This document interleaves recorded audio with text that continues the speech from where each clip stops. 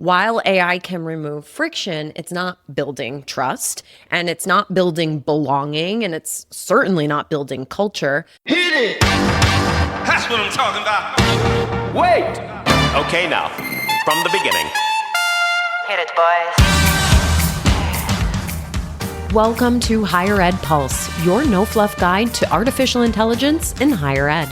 I'm Mallory Willsea, bringing nearly 20 years of edtech and marketing expertise straight to your earbuds. Higher ed leaders are expected to master AI overnight, but let's be real, no one has time to sift through every headline, hot take, or research report. That's why every Monday, I'll break down what actually matters, fast, clear, and to the point. Want to sound like the smartest person in the room at your next team meeting? You're in the right place. Let's dive in. Welcome back to Higher Ed Pulse. On today's episode, we're talking about everything AI won't do for you in 2026. It won't make your decisions. It won't tell your story. It won't save a low-trust team or magically understand your campus culture. Look, AI is incredible, but it can't replace judgment or context. That's where you, the leader, comes in. And there is no better person to unpack this with than my former colleague, Dan Sanchez. He's a creator, storyteller, and the founder of the AI-Driven Marketer, which helps marketing leaders learn, implement, and scale AI-powered content systems. Dan, welcome to the Pulse. Thanks for having me on, Mallory. It's January 5th, new year, new you. You got any resolutions as you head into 2026? Gosh, just be consistent. If you could just be consistent, you win, right? Yeah. But I will say that I've become obsessed with using AI for health and fitness. It's like having Tell a me coach more. with you 24/7, 365. I have a little ChatGPT project just called Fitness. It has all my goals in it, right? But recently I found something even better. Like there's this new, I guess blood, the company that, does your blood work and then uses AI to scan it all to try to help you proactively manage your health. It's like the best $200 I've ever spent. I think you do an annual one. And then I took all that information from all the different tests I did. It's like 100 plus tests, put that into ChatGPT. And now every time I talk to ChatGPT, it's coaching me on how to improve all the different things that are like awesome. Off or not ideal with the blood. Because it knows, it has a better picture now. So now it's almost like having a doctor coaching me through like, oh yeah, no, this workout would be better than this one because of this blood level. It's going to be able to help that, or this nutrition thing, or yeah, put that in your shake. That's going to be way better. I'm like, man, this is the best thing ever. I finally feel like I'm empowered to actually make healthy choices now and not just know to do it, because we all know it's diet and exercise, but like why to do it. How the little tiny decisions all add up, and it's got to be the most fun thing. Oh my gosh, Dr. GPT for the win. This is awesome. I'll tell you, I'm using ChatGPT similarly, but for like recovery. So I think, I'm sure listeners know I teach bar and spin classes, and I am teaching so many times in a week and sometimes multiple times in a day. And so I am so fortunate across the hallway in the building that our studio is in is a cold plunge, infrared sauna, and leg compression studio. And so ChatGPT coaches me depending on the day and how many classes I've taken, like what order I should do those three things in and how long. And like, honestly, I think in the back half of last year, like it completely saved me from like totally, literally burning out my body. It's amazing because before, maybe you had a personal coach that you could like meet with once a week, but now it's 24/7, 365. World-class advice. I'm like, I hope everybody else is figuring this out now. It's why it's even worth bringing up here. Absolutely. Well, those personal trainers are very expensive. So look, there's one thing that hopefully AI can do on a personal note for all of our listeners in 2026. But we are here to talk about all of the things that AI can't do for us this year, because the reality is, like, how many years are we into this AI-driven world? Like, it's no longer a differentiator for organizations. Everybody's got it. Everybody sounds polished. People are literally putting typos in their LinkedIn posts now just to make it seem like AI didn't write it, So if everyone can produce a strategy doc, a press release, a campaign, et cetera, in under 60 seconds, like that just crowds the playing field. And that's exactly why I think the human layer matters more now than ever. Like AI can summarize information, but only humans can interpret that information.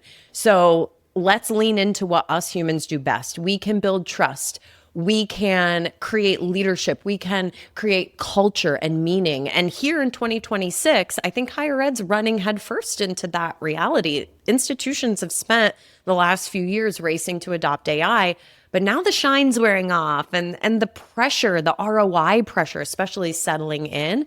AI didn't solve our data fractures. It didn't fix the cross-campus misalignment, and it didn't rebuild trust with students, faculty, or staff. But what it did do is expose every place leaders were hoping for a shortcut, and those gaps are just now more visible, not less. And Dan, my guest today, calls this moment the imitator economy, where intelligence is automated, but authority is earned, where leaders who thrive aren't the ones generating more content, but the ones bringing clarity, conviction, and humanity back into the room. So Dan, well, I know you and I are obviously both AI advocates. We're going to talk about all the stuff it can't do for us this year. And I want to start with the book that you are co-authoring, Own the Show, Becoming an Authentic Authority in the Age of AI. So one of the big ideas that you're developing in this book is that AI can multiply your output, but not replace what actually makes you matter.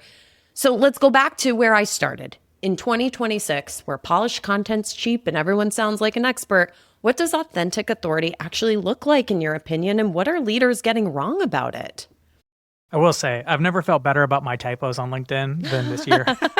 Ditto. That's always been a problem for me. I used to have people correct me, and now they don't. That's just kind of like, yeah, he wrote this one, which I use AI to write all the time. But it goes to show you, if people are going that far to put typos into their posts, we have a problem. And it's not a content problem. It is a trust problem. Because when everything looks good, when everything looks fancy, even graphic design, I mean, people can make polished infographics in Nano Banana Pro now, and they look wicked good. Like, I was a graphic designer. I'm like, I can't design this. This takes an A+ level designer to make some of the things that you can do with AI now. So where do you go from here? Well, luckily for those who have actually done the work and have like years of experience, it still counts for something. But let me share you a story to kind of like illustrate how powerful this is. Just recently, I'm on a health kick. A few months ago, I was looking for a pre-workout. I was waking up early in the morning, need to wake up. I'm like, okay, pre-workout, that's the thing, right? But I didn't know much about it. I hadn't ChatGPT'd it much. And I was standing in Walmart just looking at the aisle, and it's packed. You're like, oh my gosh, which one do I pick? They all look good. I'm like, okay, here's the aisle. Here's the row. It's all of these. It's just like 30 options. Have you ever had that experience in a Walmart sometime when you're like just trying to buy something simple like trash can liners, and you're just kind of like, I don't know. Too many choices is a problem. Right? Yes. It's overwhelming. Yes. Because they all look good. They all have great design. They all have great value propositions. They've been split test to death. So what do? That's the moment we're at right now when it comes to content. Everybody looks good. Everybody sounds good. But then one name stood out across the whole shelf. I was like, what? I recognize that name. Jocko. Is that the Navy SEAL guy? Yeah. I Google it. I'm like, yep, same font, same name. That's the Navy SEAL guy. I don't even subscribe to this guy, but he's a former Navy SEAL, wrote a book called Extreme Ownership. I'd heard him on a few different guest episodes in different places, but I had heard him enough to hear his story. And by hearing his stories, I could understand what he'd been through as a person. You know, in Navy SEALs, they've been through some stuff. He's gone through some extreme leadership things. And by hearing those, I could understand what his values were. So it made it a no-brainer. I'm like, all these pre-workouts, don't believe them. This one, I believe, because I believe that Jocko would have put out something that he would take himself. No-brainer. Bought it, researched it later. It really was as good as I'd hoped it would be and what he would stand for. And after talking to lots of guys, and like, apparently this is a really popular pick. So, but the thing was, it wasn't based on the things that everybody could make. In these companies, they all had great design. They all had great value propositions. They all had wild promises they were making. But it was the one I trusted based on the stories I heard from a real person. And that's what's going to matter. That's what's going to stand out in this of like AI-driven content, are like the real stories, because trust is going to be at a premium, and we're going to be deciphering and hunting through the ones that are actually like ring true with us. Yeah. Yeah. You know, anyone can sound authoritative right now with the right prompt, but the number of people who actually are authoritative, that list is probably getting shorter and shorter, like your Jocko example. So if intelligence is automated, but authority still has to be earned. What is separating that real leader from someone who's just good at sounding smart? Yeah. And there's many of them. In fact, I had the privilege of just interviewing one of these like 18-year-old whiz kids who are like experts at AI. They run circles around me. I interviewed him and he was amazing. I was like, oh my gosh. Like he's literally just put in the work of watching 200 hours worth of YouTube videos in a year and mastered the NAN automation tool and is doing stuff with it. I don't even know what he's doing. I'm looking in there, looking at his workflows. I'm like, you did what? Show me. Oh my gosh, it's true. It works. I'm like, so what's stopping somebody like an 18-year-old with ChatGPT from coming and taking your position or creating something better or creating a better product or a service, right? Or just a handful of those at a different institution creating campaigns that are faster and are more interactive or whatever they are. And honestly, it really comes back to what I was talking about with that lived experience that Jocko had that I think really matters here. And it could be a lot more than just as a marketer, but the experiences of your faculty, of your staff, of the stories behind the institution, your students. These are all real things, but we know they're important. We know storytelling is important in telling these stories, but they're more important than you'd ever know in the age of AI because we're going to be hunting for them. We're going to be looking for authenticity. Have you ever seen the movie Good Will Hunting? Who Popular hasn't? Movie. I think about this movie a lot because there's this critical scene where Robin Williams is sitting down with Will, the genius boy, right, who's like prodigy math, knows everything about everything, and is like making all these really smart educated people like nervous. And Robin Williams sits down. He's like, man, kid, you know a lot about a lot. If I asked you about Michelangelo, you could tell me his whole work story, him and the Pope, political aspirations, everything. But I bet you can't tell me what it smells like in the Sistine Chapel. That character, Will, that's ChatGPT. It knows a lot about a lot, but it hasn't lived and actually tasted any of these things. We're all going to be watching that movie from a different lens now. Watch it and then think, just put AI in that seat, and then you realize really fast that, it doesn't matter how intelligent it gets, it still doesn't know what it's like to feel like how you feel in your role and have done the things you've done. And that's going to make a big difference. That actually gives you wisdom, gives you discernment to be able to make the strategic decisions that AI will never be able to take because it hasn't experienced what you've experienced. So that's going to matter a lot more, and students are going to be looking for that. Students are going to be able to see if your web copy is informed by those real stories and experience, not just what ChatGPT thinks it needs to hear, but actually taking stories, creating a database of your testimonials, and then running AI against something like that. Being like, hey, this page is about X. Here's all the feedback we've ever had about this, maybe this one program. And then feeding that into AI. And I think that's the big difference when how smart people approach AI and not just trying to wing it with AI. It's a big difference that somebody with just a ChatGPT license is going to be able to do is you have the discernment to bring in those stories from students, from faculty, and then co-partner with AI to actually create something that's meaningful, something that's substantial. Because it's not just enough to have AI create copy, even if you have great persona docs, but feeding it real stories and experiences is actually going to be able to keep that human edge in your copy. And of course, you as the marketer are going to be able to make better decisions because you actually have the wisdom that 20 years of work comes with. Here's a quick word from our sponsor. Southeast Missouri State University needed to launch more targeted campaigns faster, yet they were bogged down by manual campaign builds, slow approvals, and vendor overload. With Element 451, they eliminated 5 vendor tools and gained marketing superpowers in one platform. They saw a 13% increase in applications, processed applications within 2 days, and achieved 33 to 35% email open rates. The impact, personalized, automated campaigns running at scale without the drag. Ready to turn your next campaign around in hours, not weeks? Try an agent today at element451.com/agents.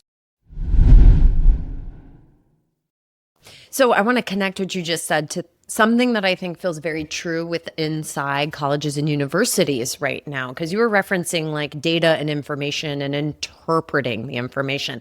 And I actually think that's what the problem is right now. Like institutions are not struggling with having information or data. They're struggling with interpreting it, right? So yes, they might have some dashboards and a CRM and some predictive models. And maybe there is a layer of AI now that, they've invested in some of those tools. But like at the end of the day, the decision still hinges on the human who has the 20 years of experience to know the context behind the data. So you might have two schools that have the exactly, like identical dashboard, but still require completely different decisions with similar information. So I think, right, like AI's fallen apart a little bit without that human judgment. And I'd just love to hear you kind of speak to that a little bit and maybe some examples that you've seen. More and more, I try to think in systems of like, what are the regular reoccurring things we have happen all the time? And then how can we use AI to augment it? How can we use AI to improve it? And I try to start with like real triggers, things that you have going on all the time in order for AI to improve your process. There's a really common book. In fact, I have it here on my shelf. If you're watching, Dan's pulling the book. If you're not watching, Dan's pulling the book. If you are watching, get ready. Yeah, this is a lengthy book, but it's called The Fundamentals of Business Process Management. It's kind of like one of those MBA books. Yeah. You can just literally have ChatGPT explain it to you, and it'll give you a rough outline, and then you'll know everything, or at least most of what you need to know. Yeah. But honestly, what I'm doing more and more with companies or organizations is just sitting down with them and actually mapping out the different processes they have in their institution, and actually sitting down like, what's your current process? How are you doing these things? Okay, what's the weak point for you? Where are you struggling? I actually even bring out a pen and paper and actually like, okay, so you going from here, we're getting leads here, and then we're processing admissions here, and then we're running it through this admission cycle. And then we just find out what's the biggest pain point. And then we think about, well, cool, what are the inputs for this thing, what kicks it off, and what does success look like? And then actually sit down and map it out with them, like where can AI actually fit in here? And I think this is where we start with AI, is trying to figure out where AI can fit in the process. But then, again, how can it do it in a way that is more human? Can this free us up more time to actually do it in a human way? Can we do more direct outreach at a human level? Can we schedule more phone calls for them to be able to call in and actually talk to a human? Can we feed it information that's actually real, not just reports that ChatGPT wrote, but actually feed it testimonials, actually feed it stories, actually feed it information from that podcast we've had the faculty doing in order to actually address this one point in the student cycle, no matter where it's at in the whole life cycle of your campus. But that's kind of how I'm walking through people, how they approach implementing AI into their admissions processes and their education enrollment processes. Yeah. So within your book, you have kind of three tools: values, lived experience, and relationships. And so we've actually talked about lived experience a little bit, right, with some of your examples. And honestly, I think that's probably my favorite of the three tools, because like I think that's missing a lot from communication sometimes. And we've talked about like everyone's going to be publishing their expert takes very quickly, and that difference of lived experience is everything. So if you were advising a CMO, right, like CMOs are listening right now, what would you say to them about using like actually not just their lived experience, but the scars and the failures of that experience as evidence of authority versus like relying on putting a little typo in that LinkedIn post when they hit publish? Yeah. That's the cheap hack that works right now on LinkedIn. But the thing that will always work are the true stories. I mean, it's why we read the books. That's why we're inspired by them. And a lot of people try to hide them. But now, kind of like the typos in my LinkedIn post have become a plus, more and more like the hard things you've been through to get to where you're at now, and the mission and the vision that you're actually seeing for the future matters more than ever. I mean, I think Simon Sinek said it a long time ago, like start with why. Why do you do what you do? And it's not even just like, a lot of times people talk about that and they talk about it missionally, like where we're going, why we're going where we're going. But there's always a reason why you have a mission of that you're trying to seek. Like what led to you wanting to go in that direction? What's the origin story behind that mission? And I find the brands that I'm attracted to, even the institutions that I'm attracted to, have a reason why they're doing what they're doing. Like one of my favorite institutions, because they just have a strong brand and mission is College of the Ozarks, your hard work you. And whether you like them or not, it's like, well, like they have a strong story, and not their founder, actually, the guy who became their college president, like had this emphasis on work and working hard, and they became a work college, and every student has to work in there, and they have a very clear mission that they're trying to attract and run towards. But there's a reason why they do what they do, and they're very good at fundraising because they have a whole book about the story of why they do what they do, right? And I'm like, man, that's the gold right there. It's the story. And can I say something vulnerable? I used to be one of those marketers that was all into the tactics. And I was like, storytelling, just give me a strong value proposition in the right market. I'm going to convert them all. And then it took me a long time, Mallory, to figure out why stories are so powerful. Is because it's the shorthand for the value. It's the nice little carrying case that is easy to remember, gets exciting, it's why it's a story, has an arc to it. And it becomes an easy way for everybody to talk about it that re-emphasizes not just the value, but the reason why and the values. It's all nicely packaged. It's almost as if you had taken your whole marketing plan or the big picture messaging points. And if you could tightly package it, one nice story, it matters so, so much. And that's why I'm like, gosh, I'm so much a marketing director. I'm all into the tactics. I like the strategy, but I find the VPs and the CMOs, even the CEOs, they speak in stories because they know that's what's actually the most powerful. That you can, in one 60-second story, you can communicate more value, emotion, and like value propositions and stories and everything that AI can't do in just one story. And I'm like, man. And so part of me is I'm focusing more and more on telling stories since I've told a few already. But I'm trying to get better at this myself because it is a skill and it takes time to work on. But that becomes the skill that AI can't do.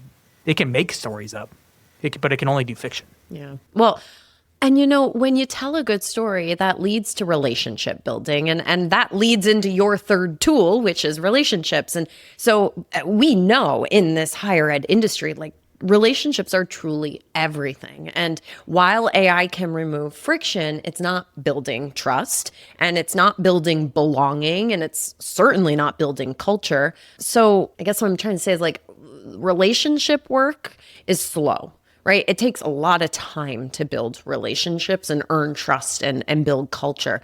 So like, where's the value there? If AI can speed everything else up, like how do we remember to slow down? And what do you recommend in terms of like where we as humans should be spending all of this free time that we now have? Because AI can take some of that other stuff off of our plates. Relationships are real. It's not that AI won't have relationships with people. It already does. I don't even like it, but it's just something, and it'll continue to be a thing.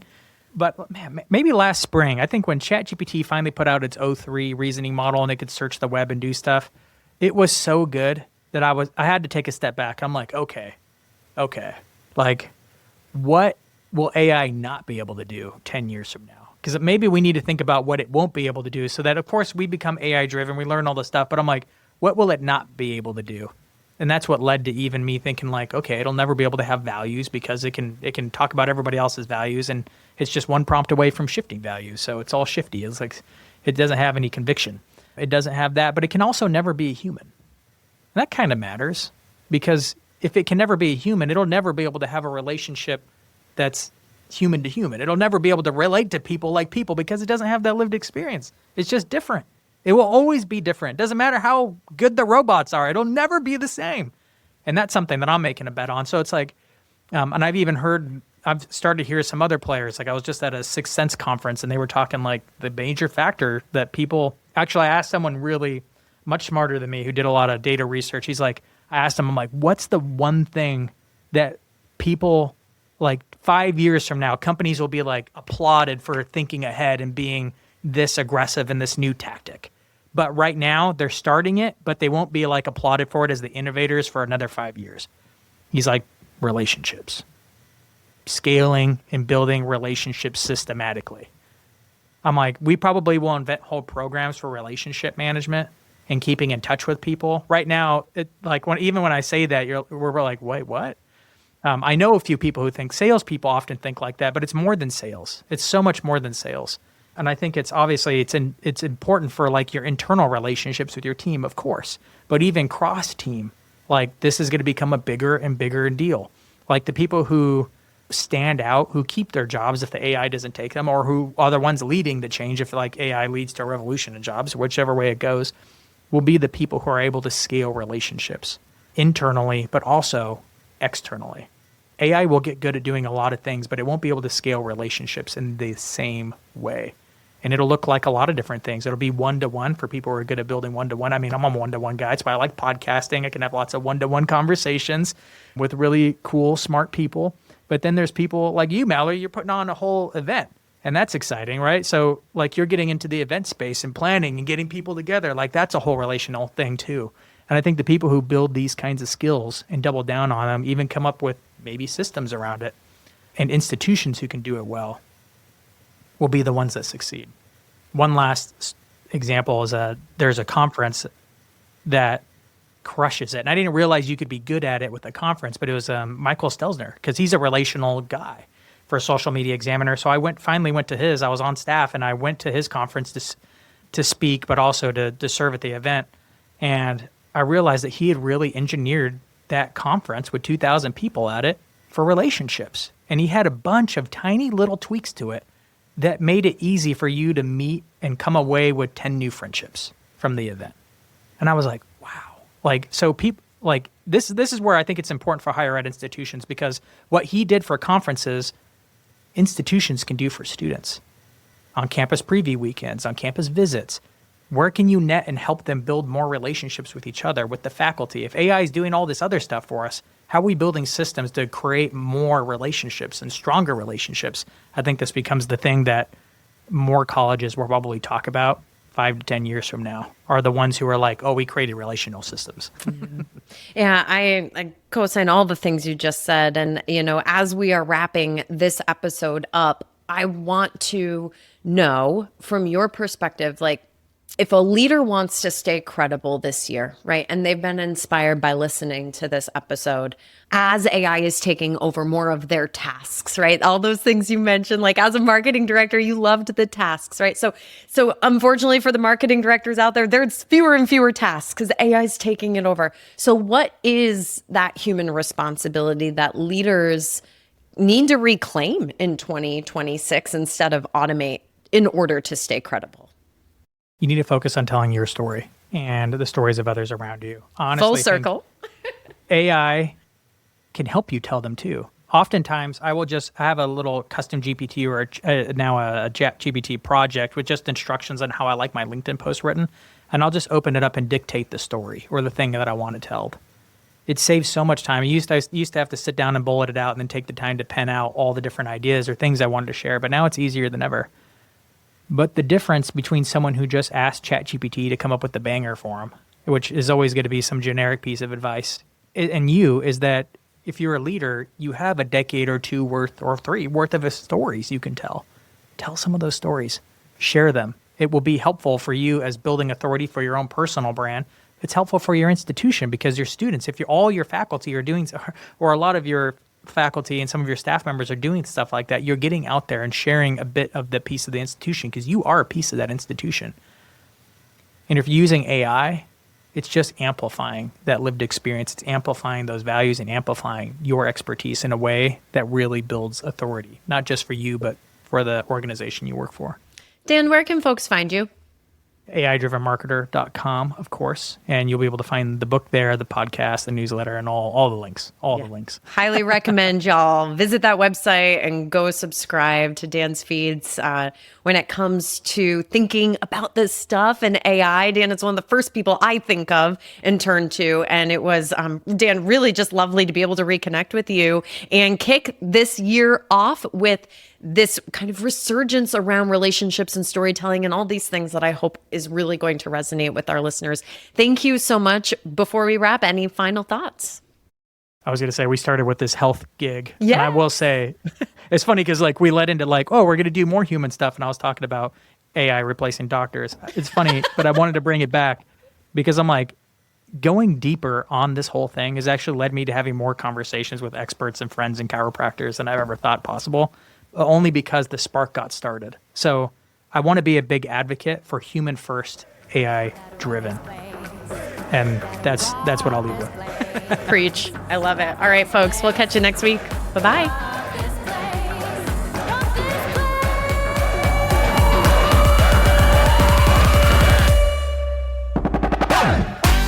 Thanks for listening to the Higher Ed Pulse. The show is a proud member of the Enrollify Network, home to Higher Ed's largest collection of podcasts. Enrollify is where higher ed goes to grow. So be sure to check out our other podcasts, webinars, video clips, blogs, and more. Visit enrollify.org and subscribe for all the latest details and content drops directly to your inbox. Enrollify is brought to you by Element 451, the digital workforce platform for higher ed. Learn more at element451.com.